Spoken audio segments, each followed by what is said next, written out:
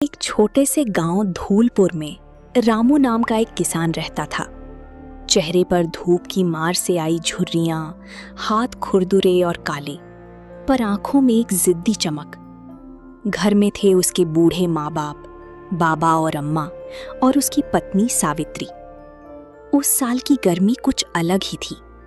मई शुरू होते ही लगा जैसे आसमान ने आग उगलने की कसम खा ली हो। कुएं सूख रहे थे, नदी का पानी कम होता जा रहा था, और रामू का खेत, जिसमें उसने इस बार गेहूं बोया था, धीरे धीरे मुरझाने लगा था। एक सुबह रामू खेत पर पहुंचा। जो देखा उससे पांव वहीं रुक गए। हे भगवान! पूरी फसल सूख चुकी थी। जो गेहूं की बालियां कल तक हरी भरी लहराती थीं, वो अब पीली पड़कर झुकी हुई थीं। मिट्टी इतनी सूखी थी कि उसमें दरारें पड़ गई थीं, जैसे जमीन खुद प्यासी हो।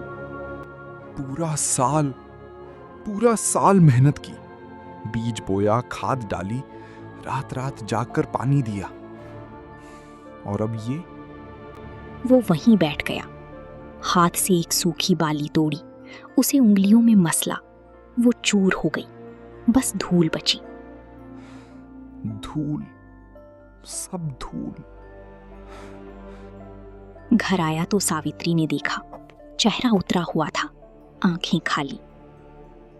क्या हुआ? खेत पर सब ठीक है? फसल गई सावित्री, सब सूख गई। सावित्री के हाथ रुक गए। वो चूल्हे पर रोटी बना रही थी, पर उसने रोना नहीं किया, शिकायत नहीं की। बैठो, पहले पानी पियो। पानी पीने से फसल वापस नहीं आएगी। नहीं आएगी, पर तुम गिर गए तो अगली फसल भी नहीं होगी। रामू ने पानी पिया। गला इतना सूखा था कि एक घूंट में राहत नहीं मिली। पूरा लोटा पी गया। बाबा बाहर चारपाई पर बैठे थे। बुढ़ापे में कान थोड़े कमजोर हो गए थे, पर दिल अभी भी तेज था। रामू, इधर आ। रामू उनके पास जाकर बैठ गया। फसल सूख गई? हाँ बाबा। कितनी बार ऐसा हुआ है हमारे साथ, याद है?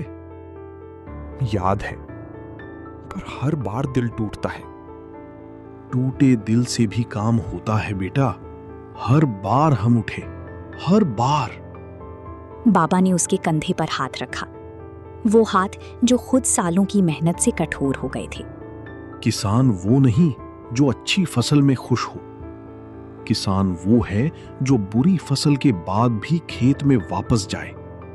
जा, कल सुबह खेत तैयार कर। अगले दिन सुबह 4 बजे रामू उठ गया।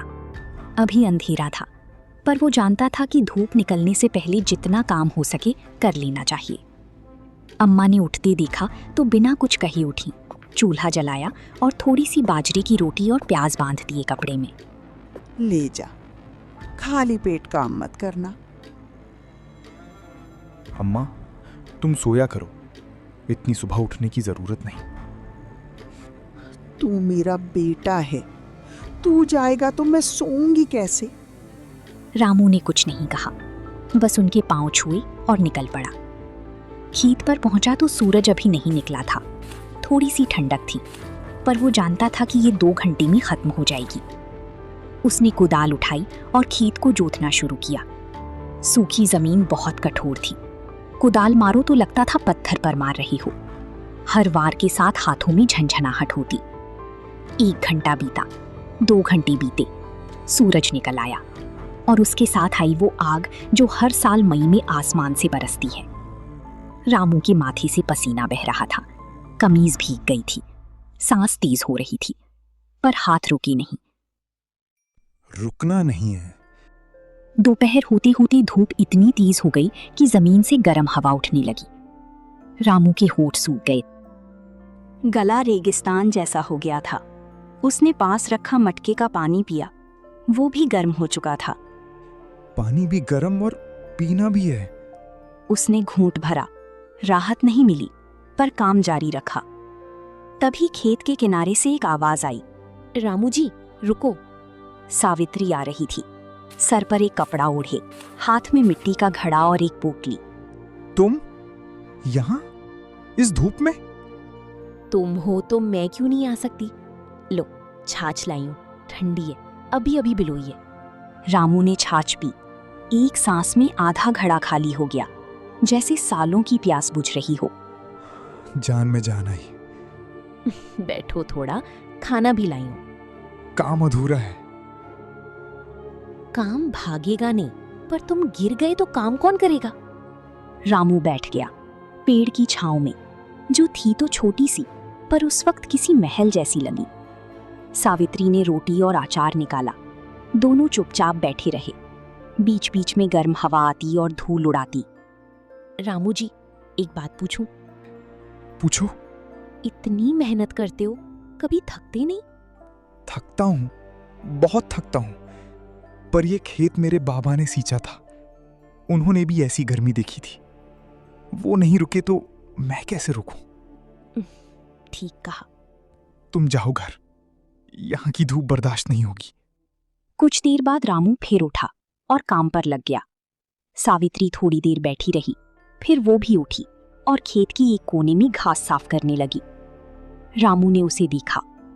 तुम जाओ घर, यहाँ की धूप बर्दाश्त नहीं होगी। होगी, मैं भी किसान की बेटी हूं। कुछ बोला नहीं, पर उस पल दिल में कुछ हल्का हो गया। शाम को जब वो दोनों घर लौटी तो बाबा दरवाजे पर बैठे थे। खेत तैयार हुआ? आधा हुआ, कल बाकी करूंगा। ठीक है, रोज थोड़ा थोड़ा, यही तरीका है। अम्मा अंदर से निकली। रामू का चेहरा देखा, धूप से जला हुआ, थका हुआ। मुंह धो, खाना लगाती हूँ। अम्मा, पैसे कम है, अगली फसल तक कैसे चलेगा? चलेगा, हमेशा चला है। भगवान ने कभी भूखा नहीं सोने दिया। पर इस बार भी चलेगा। चिंता छोड़ और खाना खा। रात को सोने से पहले रामू बाहर आंगन में बैठा। आसमान में तारे थी, हवा थोड़ी ठंडी हो गई थी, रात की ठंडक। सावित्री पानी लेकर आई और उसके पास बैठ गई। क्या सोच रहे हो? सोच रहा हूं कि इस बार बारिश होगी या नहीं। अगर जून में भी पानी नहीं आया तो अगली फसल भी। रामू जी, जो होगा देखा जाएगा। अभी जो हाथ में है वो करो। हाँ, यही तो बाबा भी कहते हैं। दोनों चुप हो गए। रात की खामोशी में सिर्फ झींगुरों की आवाज थी। अगले कई दिन रामू उसी तरह सुबह सुबह उठता, खेत जाता, तपती धूप में काम करता। होंठ सूखते, हाथ दर्द करते, पीठ अकड़ती, पर वो रुकता नहीं था। गांव के कुछ लोग देखते तो कहते, रामू पागल है, फसल गई, अब क्या करेगा खेत तैयार करके? बारिश होगी तब देखना। रामू सुनता, मुस्कुराता और काम करता रहता। बारिश का इंतजार करते बैठे रहे तो खेत तैयार कौन करेगा? जब बारिश आएगी, जमीन तैयार मिलनी चाहिए। एक दिन दोपहर को रामू खेत में काम कर रहा था। धूप अपने चरम पर थी। अचानक उसे चक्कर आया। वो एक पल के लिए डगमगाया और जमीन पर बैठ गया। बस थोड़ा रुकना है। उसने आंखें बंद की। सर भारी था, गला बिल्कुल सूखा। पास में पानी नहीं था, मटका खाली हो चुका था। तभी उसे बाबा की आवाज याद आई।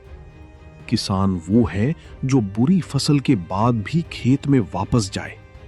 रामू ने आंखें खोली, धीरे धीरे उठा, कुदाल उठाई। अभी नहीं रुकना। उस शाम जब वो घर आया तो सावित्री ने देखा, चेहरा और भी जला हुआ था, आंखें थकी हुई थीं। आज बहुत तकलीफ हुई? थोड़ा चक्कर आया था। क्या? क्यों नहीं बताया? मैं आती। ठीक हूँ, बस पानी कम पिया था। रामू जी, शरीर है, लोहा नहीं। थोड़ा ध्यान रखो खुद का। तुम हो ना ध्यान रखने के लिए। सावित्री ने कुछ नहीं कहा, पर आंखें भर आईं। उसने जल्दी से मुंह फेर लिया और पानी लेने चली गई। जून का पहला हफ्ता आया। आसमान में बादल दिखे, पर बरसे नहीं।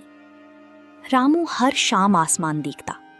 बादल हैं पर पानी नहीं। धैर्य रख, बादल आए हैं तो बारिश भी आएगी। और फिर एक रात अचानक हवा बदली। गर्म हवा की जगह एक ठंडी लहर आई। आसमान में बिजली चमकी। रामू, बारिश आ रही है। रामू बाहर आया। आसमान काला हो गया था और फिर पहली बूंद गिरी। आ गई। देखते देखते मूसलधार बारिश शुरू हो गई। रामू वहीं खड़ा रहा, भीगता रहा। उसने हाथ फैलाए। बारिश की बूंदें उसके खुरदुरे हाथों पर गिरी। आंखें भर आईं। आंसू और बारिश मिल गई। पता नहीं चला कौन सा पानी कहाँ का था। रामू जी, भीग जाओगे। भीगने दो, बहुत दिन से प्यासा था। अगले दिन सुबह रामू खेत पर गया। जमीन भीगी हुई थी। वो जमीन जो उसने हफ्तों की मेहनत से तैयार की थी, वो अब बारिश के लिए तैयार थी। उसने बीज बोने शुरू किए। एक एक बीज मिट्टी में डाला, जैसे उम्मीद बो रहा हो। अब तू तैयार है, मैं भी तैयार हूं। 3 हफ्ते बाद खेत में हरियाली दिखने लगी। छोटे छोटे अंकुर निकले। रामू उन्हें देखता और मन में कुछ खिल जाता। बाबा एक दिन खेत पर आए, लाठी टेकते हुए। उन्होंने हरे अंकुर देखे। देख रहा है, यही किसानी है। हाँ बाबा। मेहनत कभी बेकार नहीं जाती। देर से मिलती है, पर मिलती जरूर है। रामू ने उनके पांव छुए। बाबा ने सर पर हाथ रखा। जी रहा है मेरा बेटा, जीता रहे। उस दिन शाम को पूरा परिवार आंगन में बैठा था। अम्मा ने चाय बनाई। सावित्री पास बैठी थी। बाबा चारपाई पर लेटी थी।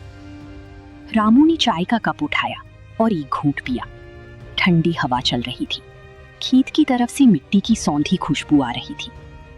जिंदगी ऐसी ही है शायद, कभी धूप, कभी बारिश, और दोनों में काम करने वाला किसान। हाँ, दोनों में। रामू की फसल उस साल अच्छी हुई। पूरी नहीं, पर उतनी जरूर जितनी एक परिवार को चाहिए। गांव के लोगों ने देखा। जो कहते थे पागल है, वो भी देखती रही।